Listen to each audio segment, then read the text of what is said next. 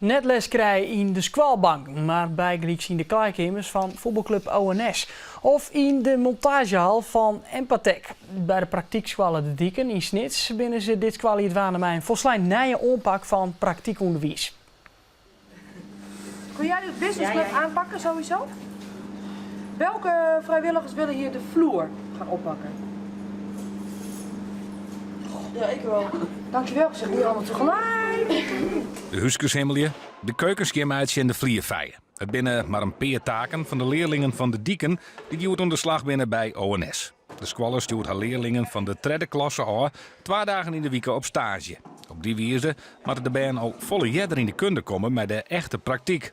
Ja, in de lesbank is het toch weer op squallen. En dit is echt letterlijk in de praktijk. En we maken dus nuttig is maar bij een mooie vereniging hier in Snits, die ons handen heel goed broeken kent. En uiteindelijk ben we praktiekskwallen en willen we het beste leren in de praktijk. Dus steken de leerlingen joer de handen uit de mouwen om de boel bij ONS om kant te krijgen, voordat het drukke voetbalweekend weer begint. Nou, ik vind het schoonmaken bij ONS wel leuk, omdat ik doe dit nu ook al een tijdje. En heel vaak als ik hier ben, dan heb ik ook wel gewoon een blij gevoel. En ik vind het ook wel leuk om hier te zijn. De band pakken de skimma-klusjes op die te oorzakelijk dienen worden massen door de club zelfs. ONS is dan ook wies mee deze geerwerking. Dit moesten we al zelf doen. We zijn dit hier begonnen met de praktiekscholen.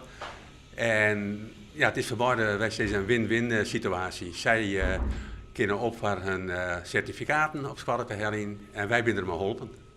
Naast dat de band er een soort van opstekken hoe het er echt om tageert boeten de squallen, vernemen ze bij De Dieken ook dat de band er een soort willen van ha.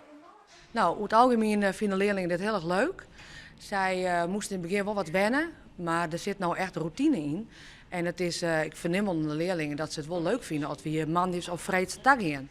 Je bent bezig met je hand en zit niet de hele dag stil op een stoel om naar de leraar te luisteren. Je bent echt bezig.